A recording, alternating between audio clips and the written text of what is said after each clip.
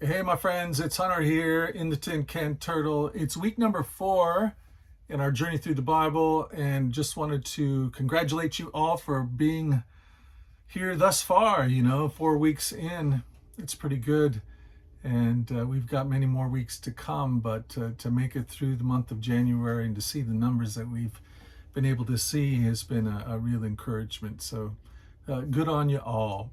Hey, one of the readings that really spoke to me this week, and I think it would be helpful for all of us to reflect upon, especially as we go deeper and further into the Word this year, is found in Luke chapter 24.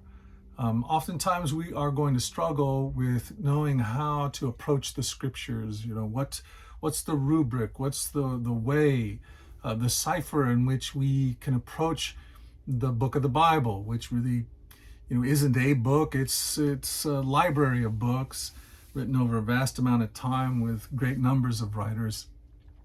We struggle to know how to approach it. What's the key to understanding it? And I guess one of the things that we can reflect upon is that the Bible is a mystery. The story revealed to us through the Scriptures is a mystery that requires a way. Apart from God enabling us to see the Scriptures, they remain veiled to us. And so I guess that's one of the things we need to recognize and acknowledge right at the very beginning is this book is a mystery. It's approached differently than other books. It's not a history book. It is a religious text that can only be fully understood in a spiritual way. And so, what is that way? That's where we struggle, because our approach oftentimes is scattershot, right? It's even somewhat what we're doing here. We're going from Genesis to Revelation, kind of reading in this semi-chronological way. And then our time in many of our churches is kind of scattershot as well. It's dependent upon the kind of sermon series or the whims or the preferences of whoever is the pastor of the church. And we're left with a scattered shot understanding of the Bible and also of God and even of our own selves, right? We struggle to know and understand the story in which we're fully living in or have been invited to live in. And that can lead to a kind of sadness, a despondency.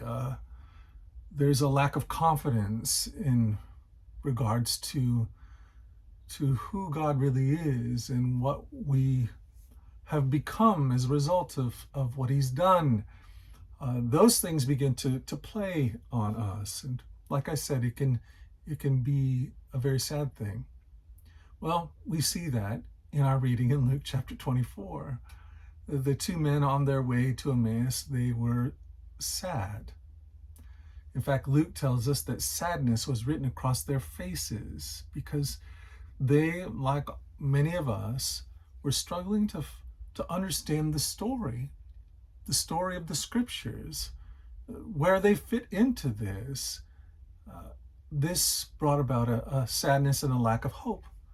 They were descending into a kind of hopelessness in light of the great hope that they had just days before, that Jesus was the Messiah. And now He's been crucified and buried, and they're sad because it just doesn't make sense. It's incoherent to them.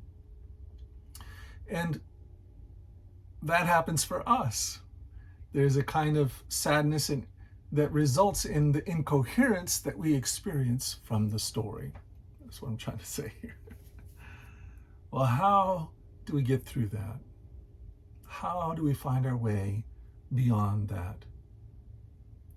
And there again, Luke 24 helps us, because Luke shows us that Jesus shows up in the midst of that sadness.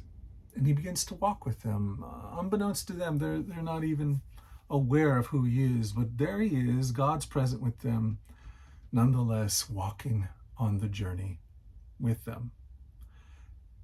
And Jesus begins to open up the scriptures, Luke tells us, showing them through all the scriptures, through Moses and the writings and the prophets, that it is all concerning Jesus. It's all about him, that he's the point, that he is the telos, he is what the Bible is, what the story is.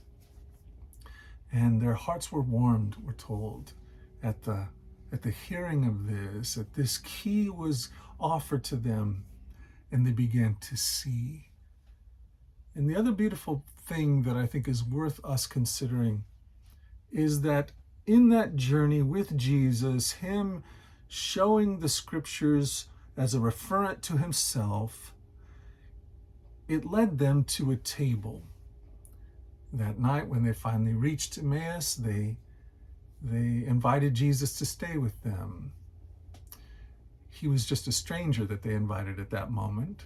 They didn't know it was Jesus, but they invited him to stay. And then it says that Jesus took some bread and he broke it. In the breaking of the bread at that table in Emmaus, their eyes were opened and their hope was restored and their sadness was no more. And that is the way that we together at the DRB and as brothers and sisters in Christ want to approach the scriptures with Jesus. We're going to walk with him and see, as he instructs us, that it is all a referent to him, that he's the point of it all. And as he guides us through the scriptures, inevitably he will take us to a table where the bread will be broken and we will see him for who he is. Our eyes will be opened, our sadness will wane, our hope will grow, and we will continue on in that journey with him. That's my hope for us as we go further on and deeper in to the Bible this year. Thanks for being a part of the journey with Heather and myself.